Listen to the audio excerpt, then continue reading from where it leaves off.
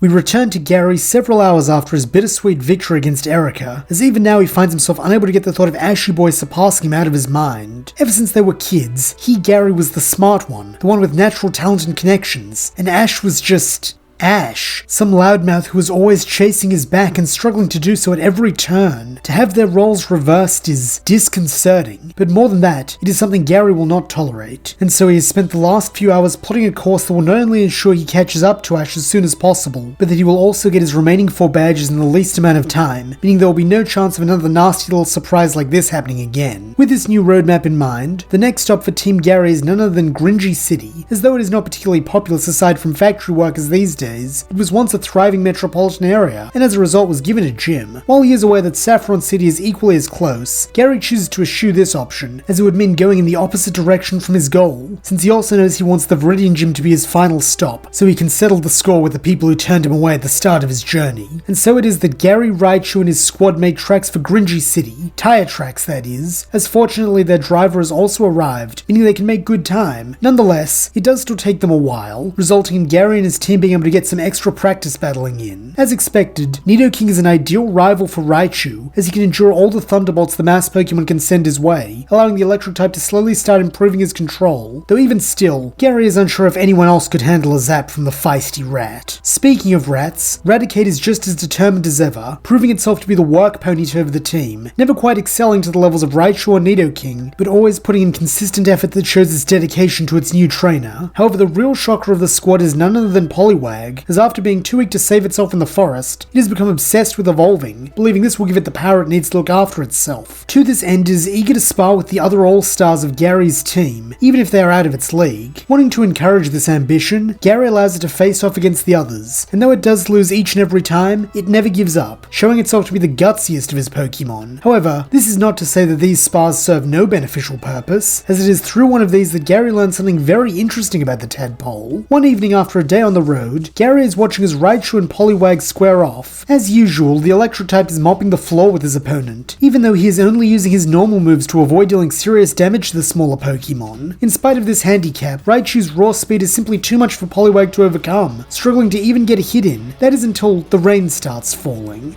Knowing to catch a cold, Gary starts telling his 2 Pokemon to wrap it up and get into the tent, but before he can finish that sentence, something catches his attention. At that moment, Poliwag had been about to land a double slap, and though the first hit goes as normal, the second is significantly faster, the little water type becoming a blur of motion in the rain. However, this is not the only anomaly, as when Raichu goes to strike back, Poliwag easily avoids it, darting back and blasting the rodent with water gun. Gary and Raichu are both stunned by this, though it seems Poliwag is delighted, finally feeling powerful. Wanting to keep an eye on this phenomenon, Gary decides to run some tests as the rain persists over the next few days, with him soon concluding it is the rain itself which doubles Poliwag's speed. Recognizing how valuable this could be if his little tadpole can even outspeed a fully evolved electric type, Gary's next goal becomes learning how to manufacture rain, with him even calling his gramps while stopping in a nearby Pokemon Center to see if he has any insight. Always happy to help his grandson, Oak explains that as it happens, Poliwag can learn a move called Rain Dance, which will allow it to do exactly this. Eagerly, Gary asks how to teach this move to Poliwag,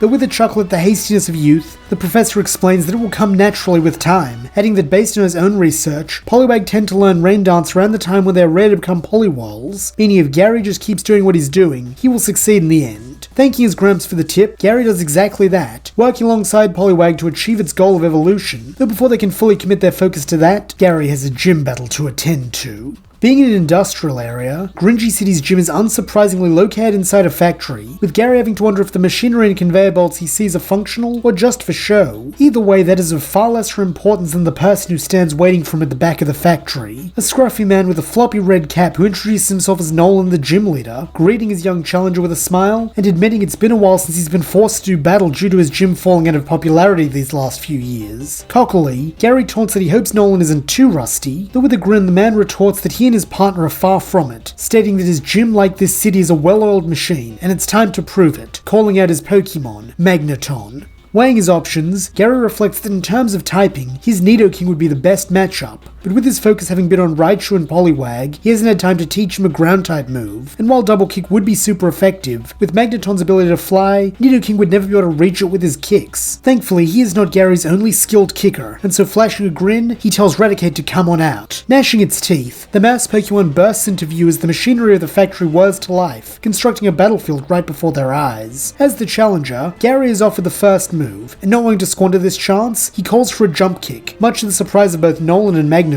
This allows the rat to score a lucky hit, causing its opponent to buzz and whir in pain as the super effective fighting move takes its toll. Nodding approvingly, Nolan says that he sees now why Gary chose his Raticate, but no matter, since just like it, his Magneton is also special, possessing an ability where if it is hit, it can hit back even harder. To prove this point, Nolan has his Pokemon use Swift, and as the unerring stars strike Raticate, they are indeed quite powerful. Gritting his teeth, Gary admits that is a pretty neat trick, but that's all it is. Well, he has something better than tricks, pure skill. Looking both amused and intrigued, Nolan welcomes the boy to show him a bit of that skill, with Gary replying that he'd be glad to, as he calls for another jump kick. However, this time Magneton has a counter, using Double Team to create a field of doppelgangers, forcing Gary to take a gamble on which is the real steel type. Unfortunately, in this case, Gary chooses wrong, and after Raticate passes through one of the fakes, it is forced to make a crash landing that inflicts damage to itself. To make matters worse, Magneton then disengages its Double Team, so it can use Lock-On, creating a target on Raticate that cannot miss, with Nolan informing Gary that his next move will be Zap Cannon. Knowing that this is not only a powerful move, but also one that will paralyze his Raticate, Gary makes a desperate play, calling for a Hyper Fang. While Super Fang is more powerful, Hyper Fang is a trait that Gary needs, that being the chance to make Magneton flinch, and as the normal rat buries its fangs into what can only be assumed to be the steel type's face, Gary holds his breath. Then he sees it, Magneton's face screwing up in pain, and as it does, the target fades due to Magneton losing focus. This is just what Gary needs, and so wasting no time, calls for another jump kick, hoping to take out Magneton while it's vulnerable.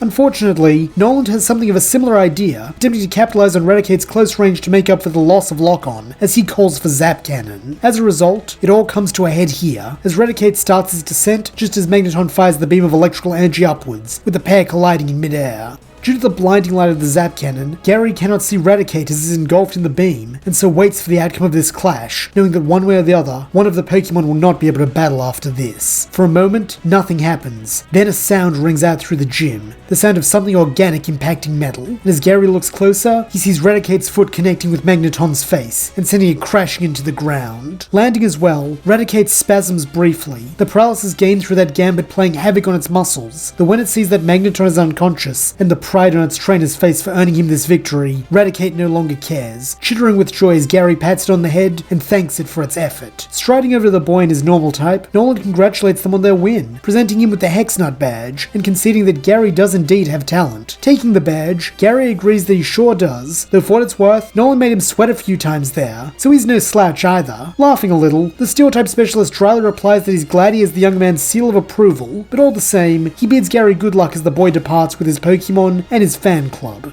Meanwhile, Ash has just arrived at the Fuchsia Gym, having had the foresight to ask Eric for directions before he left Celadon. As a result, he does not stumble blindly into the Ninja Mansion, instead entering with purpose and demanding the right to challenge. Seeing that the stealth factor is gone, the sibling duo of Koga and Aya drop down from the rafters to survey this confident young challenger with interest. Stepping inside, Ash asks the man if he is Koga, with the elder ninja confirming this, asking in turn if Ash is ready to battle. Grinning, Ash says that he always is, and so without further ado, Koga leads him to the mansion's walled garden, stating this will be their battlefield. He then brings out his Venomoth, while Ash, recognizing this as a bug, chooses Charmander. Like Gary did against Nolan, he gets to go first, calling for a flamethrower, which Charmander is happy to perform, belching a torrent of flame that Venomoth has to work to avoid. From his side of the field, Koga comments that Ash has trained his Charmander well, though even the best trained Pokemon cannot resist the secret arts of the ninja. To prove this point, he has Venomoth use Sleep Powder, and though Charmander tries to get away, it is already too late, with the soporific powder sending the little lizard to Dreamland. Frantically, Ash urges his friend to wake up, but this is a vain effort, as Venomoth's sleep powder remains in effect, allowing the poison bug to blast its helpless target with Psybeam. Groaning in its sleep, Charmander begins to thrash, though even this pain is not enough to wake it, with it seeming as though this battle is going to end in a loss for Ash. That is until something changes in Charmander's posture, as its face goes from pain to horror, as if trapped in its worst nightmare. Then, its eyes spring open, and as it lets out a strangled roar, it begins to evolve. This is not the first time Ash has seen one of his Pokemon evolve, having seen Wartortle, Beedrill, and Pidgeotto go through the process. Though something about this evolution is different, with Charmander glowing like the sun as it ascends into its middle stage. Then, when it lets out a second roar, this time fierce and courageous, Ash welcomes Charmeleon to his team. Looking back at its trainer, Charmeleon shoots Ash a thumbs up, before glaring at Venomoth, who hisses back as if to say that it put the reptile at its mercy once and it can do it again. However, this might not be as true as Venomoth would like to believe, as when Koga calls for a stun spore this time, Charmeleon responds with a flamethrower, incinerating the stun spore and bathing Venomoth in flames. Even a high-level Pokemon such as the gym leader's Ace cannot withstand such an inferno, and so when Charmeleon finally drops its fiery assault, the poison bug falls to the ground, unconscious and extra crispy. Returning Venomoth with his humblest thanks, Koga then presents Ash with the Soul Badge, bringing him up to 6, while at his side Charmeleon wraps Ash in a hug. Laughing fondly, Ash asks what's gotten into the lizard, but with a huff, the Fire-type simply rests its head against its trainer's side, not wanting to talk. Truthfully, something has changed in Charmeleon, with it having had an epiphany during the battle. Thanks to the Sleep Power Psybeam combo, Venomoth was unintentionally able to break through several repressive mental blocks Charmeleon had put in place, by striking at its mind while in an unguarded state. This had forced the Firestar to replace some rather unpleasant memories regarding Damien, as well as face some equally ugly truths. First and foremost, that Damien had truly abandoned it like all its friends had said. Were it not for Ash, it would be dead up on that rock by now. And worst of all, Damien wouldn't have cared one bit. The only human who had ever cared about it is Ash, and now it wants to show Ash just how much it appreciates him as its trainer by carrying him all the way to the top. Returning to Gary, it has been a couple of days since his battle with Noland. Thanks to still feeling the sting of shame from having fallen behind Ash, Gary had refused to join a convoy of trainers headed to stop a Diglett infestation, in favour of continuing on towards his next badge. However, he does accept one detour request, that being from his Gramps, who asked him to make a brief stop off at the Leaf Forest to investigate the strange phenomena that allows Grass-type Pokemon who would normally evolve with the Leaf Stone to evolve naturally while in that forest. Being curious about this as well, Gary directs his driver to take him and the gang there, with them briefly abandoning the main road in favour of a dirt track that leads them into the forest. Watching from the convertible, Gary quickly observes that the stories of this place are true, as a Gloom evolves into a Vileplume and a Weepinbell becomes a Victreebel without any apparent stimuli. However, just observing it from afar isn't much good as data, and so with Raichu by his side, Gary leaps from the car and heads deeper into the forest, determined to catch one of the evolving Pokemon. Thankfully, it does not take him long to find a viable candidate, as not too far in, Gary finds a cluster of Exeggutor camouflaging themselves as trees. Calling out to Raichu for help, Gary's the electric rodent zap the nearest Exeggutor, then when it falls forward, he lobs a Pokeball, catching it and sending it to his Gramps for study. However, this decision comes with an unexpected cost, as it seems the other Exeggutor do not appreciate this pair barging into their home and attempting to capture them, and so decide to express their displeasure in the form of a stampede. Knowing the danger this could pose, Gary and Raichu take off in the opposite direction, with Raichu only looking back to blast any Exeggutor who get too close. This works quite well, with most of them falling after one hit like the one Gary captured did. Though to both trainer and starter's surprise, there is one who manages to withstand a Thunderbolt. Impressed by this power, Gary as Raichu hit it with another, though even then it does not fall, with it taking a third Thunderbolt to knock the Grass Psychic type out. By now the Stampede has petered out, as most have either given up or been knocked out, and this gives Gary just the chance he needs, as while he still wants to go, he does stop just long enough to catch this anomalous Exeggutor, though unlike its fellow, he does not send this one to his Gramps, deciding to keep it around as a mainstay on his team. Over the next few days, Gary decides to test this Exeggutor's power, with him finding that physically it is a monster, being a defensive wall who can also hit like a truck when called upon. Likewise, its psychic powers are nothing to sneeze at, though here Gary finds Exeggutor's major fault, as with its dopey personality, it takes a while to kickstart its brain and tap into its sonic potential, with the boy even wondering if the true reason Exeggutor managed to tank 3 Thunderbolts is because it was too dense to realize it should be feeling pain. Nonetheless, Gary is pleased with his new catch, and when he checks in with his Gramps to see how the other Exeggutor is doing, the old man beams it as equally doing well. Having no further business to discuss with his Gramps, Gary says he'll smell him later, but before he can go, Oak stops the boy, saying that as a token of appreciation for helping him with his research, he's been going over Gary's planned route, and he thinks he's found a way to cut down some time. Curiously, Gary asks what his Gramps has in mind, and with a sagely smile, Oak states that instead of heading west to Matcha City, only to double back east towards Viridian, he should just keep heading south and challenge Blaine of the Cinnabar Gym. Puzzled, Gary comments that he thought the Cinnabar gym had been closed for years, though with a chuckle, Oak replies that is what the gym leader wants people to believe, being a sly old riddle master, but in truth it is still there, waiting for someone smart enough to find it. Grinning now too, Gary says that sounds like a piece of cake for him, before hanging up in earnest, since it seems he has travel plans to adjust. However, before Gary and Co can make it to Cinnabar Island, they must first pass through Grandpa Canyon, arriving in the midst of a fossil rush. Figuring that a prehistoric Pokemon would give his team just the extra punch it needs to really make him the best, Gary decides to stick around for a little bit, figuring that surely by now he's caught up to Ashy Boy. Ironically, this proves to be more true than Gary had anticipated, as before long, he comes face to face with Ash himself, as the boy is also passing through on his way to Cinnabar. Mockingly, Gary leers that he bets Ashy Boy's lost, though with a scowl, Ash declares that he'll show him who's lost, challenging the brunette to a battle. Seeing this as a chance to truly put himself back on top where he belongs, Gary accepts, with the terms being a simple one-on-one. In unison, the pair then call out their Pokemon, Poliwag for Gary and Charmeleon for Ash. At once, Gary can't help but smile, feeling that he has the advantage, and so during that he's about to give Ash a lesson in type matchups,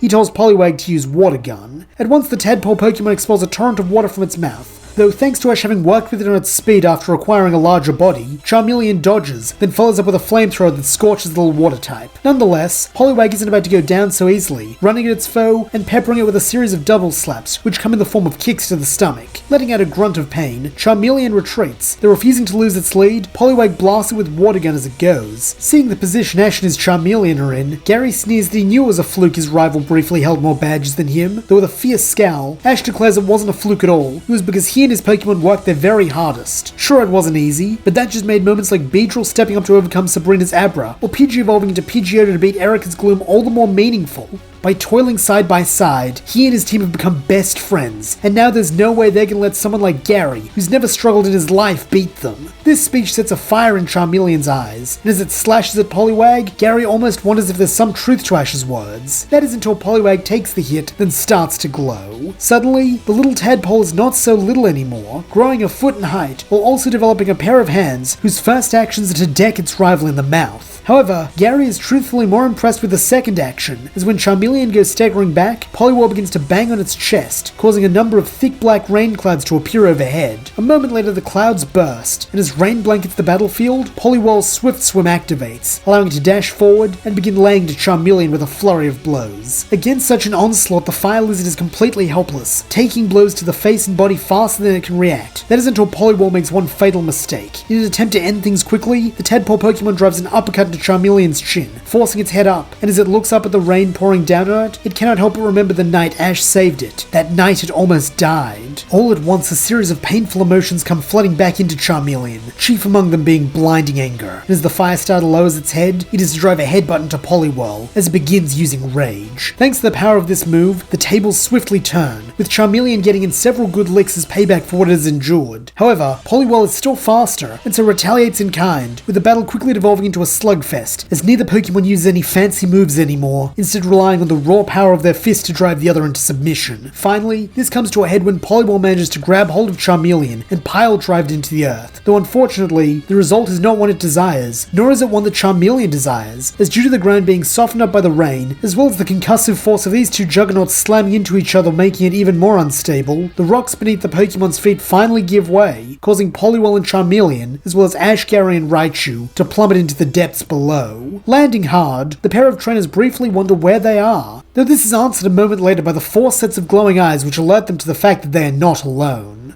Agreeing to put their feud aside for the time being in the name of survival, Ash and Gary stand shoulder to shoulder, while their Pokemon do likewise, firing off a series of fire, water, and electrical attacks at the approaching fossils. While these are effective at driving away the Pokemon they can see, these attacks, like many things our heroes have done today, have unexpected consequences. In this case, the awakening of a fearsome Aerodactyl. Letting out a terrifying roar, the fossil Pokemon then swoops the group, grabbing Ash in its talons and attempting to make a break for the hole their arrival has created. Knowing they don't have any other way out, Gary commands Raichu, Poliwhirl, and Charmeleon to grab on, with the 4 of them all taking hold of Aerodactyl's tail and not letting go until they are back on the surface. Worriedly, Gary's cheerleaders ask if he's okay, but looking confident, Gary says he's fine. In fact, he's better than fine, as he thinks he's found the prehistoric powerhouse he was looking for. He then calls out to Raichu and Poliwhirl to ground Aerodactyl for him, and by using a combination of super effective Thunderbolts for Aerodactyl's flying typing, and Water Guns for its rock, it is only a matter of time before the ancient beast comes crashing to the ground, where Gary can catch it. As Aerodactyl is was converted into red light, Ash rises to his feet, scowling that it would have been great if Gary had brought it down without hitting him, but shrugging, Gary says that being a Pokemon trainer is a dangerous business, so if Ashy Boy can't handle it, he should go home like those other washouts and leave the training to the pros. He then begins walking away, having gotten what he came for, and as he and his fans clamber back into the car, it is the sound of Ash seething in the background. As it turns out, Ash is not the only disgruntled one they must deal with, as for the rest of the trip to Cinnabar Island, Aerodactyl wastes no time in expressing how unhappy it is to have been captured, only begrudgingly obeying Gary due to the fact that he was strong enough to beat it. Having some experience with this thanks to Raichu, Gary decides to let the rock flying type cool off, focusing instead on working with his other Pokemon. Though in the instances where he does want to train with Aerodactyl, Raichu and Poliwhirl are always on hand. Eventually the gang do arrive on the island, and as Gary had thought, it is nothing but a tourist trap. However, trusting his Gramps' word, Gary begins scouting for a secret gym, and with a hint that Blaine is a riddle master, it does not take the young oak long to narrow it down to the big riddle inn. Waiting for him here is an old hippie who congratulates Gary on finding this place, before enigmatically stating that his quest for the gym is almost complete. He just needs to answer a few more riddles, the first of which is... However, before the hippie can begin reciting his riddle, Gary cuts him off, saying he's Blaine, isn't he? Sighing a little, the old man answers that yes, he is, but to find the gym he'll still have to solve his perplexing puzzles, the first of which is... Once more Gary cuts Blaine off, asking why he has to go through all that. He found this place, he found the gym leader, can't they just skip ahead to the battle already? Sighing again, Blaine protests that he thinks the young man will have a more enjoyable experience if he goes along with the plan, but impatiently, Gary retorts that he's on a deadline here, so the best thing for him would be to just get this battle over with so he can move on to his 7th badge. Looking crestfallen, Blaine grumbles that this kid would make him pull his hair out if he still had it, before tossing his wig aside and telling him and his entourage to follow him, since the gym's out back. As they walk, the gym leader continues to mutter that it's not like he put time and effort into setting up these riddles, not to mention money, since setting up a fake hotel isn't cheap, but all the same, when they reach the battlefield at the heart of the volcano, he seems to find himself again, welcoming Gary to the Cinnabar gym and informing him that this will be a 3-on-3 with no time limit. He then reveals his first Pokemon, that being Ninetales, with Gary in turn bringing out Poliwhirl, confident that typing will carry him through. To this end he calls for Rain Dance, preparing to speed blitz Ninetales just as Poliwhirl did to Raichu and Charmeleon. But unfortunately, here his plan runs into a little snag, as while Poliwhirl can create rain clouds, thanks to being in the heart of a volcano, the rain all evaporates before it can fall on Poliwhirl, thus rendering its advantage null and void. However, this is not the end of Gary's problems, as while he and Poliwhirl have been doing this, Blaine and Ninetales have been prepping their attack, with Blaine having his Firefox use Fire Spin to trap Poliwhirl in a flaming vortex. Desperately, Poliwhirl attempts to get free, though in its current state, it is completely immobilized, with its struggling only resulting in more burns. Finally, when Blaine feels the tadpole Pokemon has endured enough, he tells Ninetale to go in for the finishing blow, and as the fox Pokemon leaps into the tornado of fire, it slams headfirst into Poliwhirl's stomach, sending it soaring backwards into the cave wall, where it slumps unconscious. A little shocked by this turn of events, Gary recalls his water type, then as his cheerleaders shout their encouragement, he brings out one of his twin aces, Nidoking. Having learned from his battle with Noland, Gary is now prepared to make full usage of Nidoking's abilities, and so decides to waste no time in unveiling the Drill Pokemon's newly learned ground type move, that being Earthquake. Stomping his colossal feet,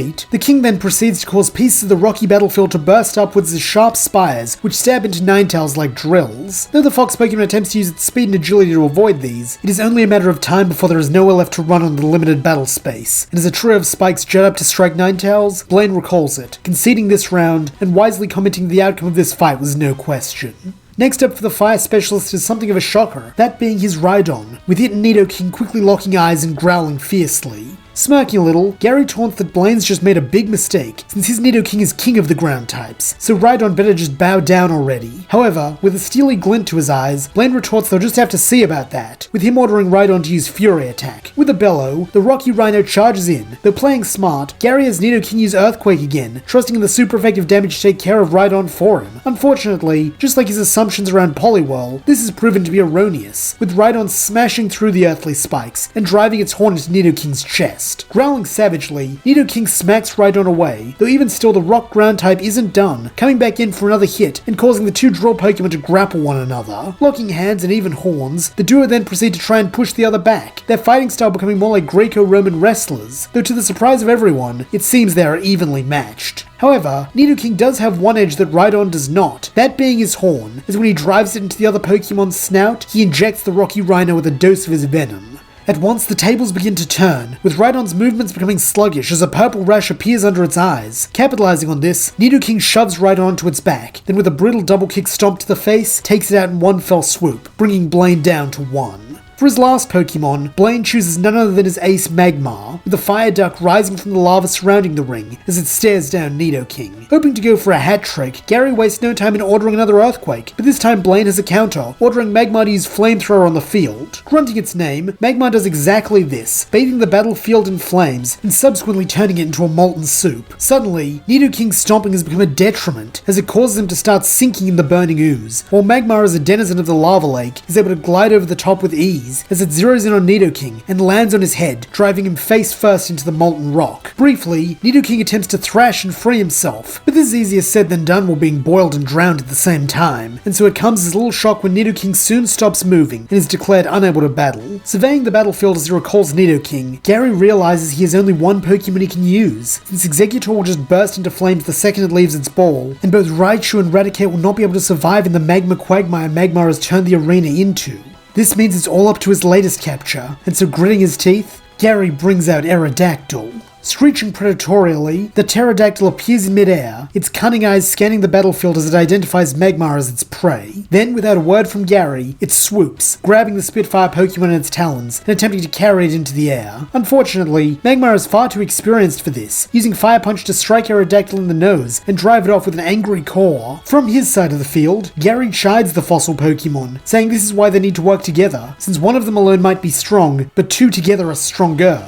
This caveman logic registers with Aerodactyl, causing the rock flyer to give Gary a look that says, "I'll try things your way this time, but if you're wrong, I'll make you my lunch." Taking this somewhat tenuous vote of confidence as a win, Gary tells it to use Takedown, with the rocky reptile acknowledging this and slamming its head into Magmar, just as the fire type does the same with Skull Bash. Thanks to Aerodactyl's Rockhead ability, it takes no damage from recoil, and so repeats the feat, this time staggering Magmar and allowing it to gain an opening. Wanting to make use of this, Gary calls for an ancient power, with the rocky flyer manifesting a series of fossils which home in on Magmar and send it soaring into the sky. Giving chase, Aerodactyl tries once more to grab Magmar, though even in flight Magmar is a fearsome opponent, batting it away with fire punches and landing softly thanks to the molten gooey battlefield. Now it is Blaine's turn to go on the attack, and knowing to risk Aerodactyl pulling off another super effective ancient power, he tells his partner to use their ace in the hole, Fire Blast. At once the Spitfire Pokemon manifests a flaming fire kanji, which strikes Aerodactyl, causing the prehistoric predator to shriek, as there's not only hurt, but inflicted with a burn. Seeing the effectiveness of this, Blaine tells Magmar to repeat the move, and as it summons another fiery kanji, Gary feels the walls closing in on him. Thanks to that burn, Aerodactyl's ability to fight physically has been significantly cut down, not to mention the lingering damage will surely take it out, even if this particular Fire Blast doesn't. This leaves him with only one choice, and as the Fire Blast is launched upwards, Gary gives his last command, Hyper Beam. Cawing ferociously, Aerodactyl does as its bid, blasting down at the flames with a torrent of orange energy, and as the two attacks connect, an explosion rocks the volcano, which almost triggers an eruption. Down on the battlefield, everything's obscured by black smoke, and as Gary coughs and waves it away, he calls out to Aerodactyl, hoping it has fared better than him. Despite his cries, Gary receives no answer, and so braces himself for the worst. Then, as the smoke finally starts to clear, he sees two silhouettes, one prone and unconscious, while the other stands triumphant. In the haze, it's hard to tell who's who, with Gary saying nothing. Then, as the smoke finally dissipates, the boy's face splits into a grin, as he sees Aerodactyl standing over a beaten Magmar, its eyes shining in a way that says Gary has earned its trust with his tactical prowess. After such a heated battle, Gary is glad to be allowed to return to the hotel proper, and as Blaine joins him and his friends, he congratulates the boy on a job well done, saying his battling style is like a riddle, one he was unable to solve. Grinning, Gary tells Blaine not to sweat it, then after receiving his badge, asks the old-timer to lead him to one of the baths, preferably a cool one. Following this, the rest of the night is spent enjoying the amenities of the Big Riddle Inn, though their stay is not an extended one, as the next morning, Gary and co make their way to the ferry terminal and board a ship bound for Pallet Town, and Gary's 7th badge. Meanwhile, Ash has just arrived on Cinnabar Island, eager to have his gym battle. Like in canon, he is at first disappointed to see the derelict old gym, though after stopping Bruno and Cassidy from robbing the fossil lab, he is rewarded with the hint about Blaine being a riddle master. Using this, he is able to deduce the location of the gym just like Gary did, though unlike the brunette, he is met with no resistance when he says he wants to battle, as even though the last match ended in defeat, it got Blaine all fired up. As a result, Blaine immediately leads Ash down into the gym, where the young man is stunned to see the battlefield suspended over a pit of lava. Nonetheless, he does not back down, expressing eagerness to battle and taking his place across from Blaine. Like usual, the gym leader brings out his Ninetales, and as Ash surveys it in the battlefield, he wonders if this is the time to put his 6th and final Pokemon to the test. And that's where we'll leave things. What Pokemon could Ash have added as the final member of his roster? Will he be able to stand up to Blaine's tricky battling style? And why is Gary headed to Pallet Town for a gym battle? Find out as the journey continues.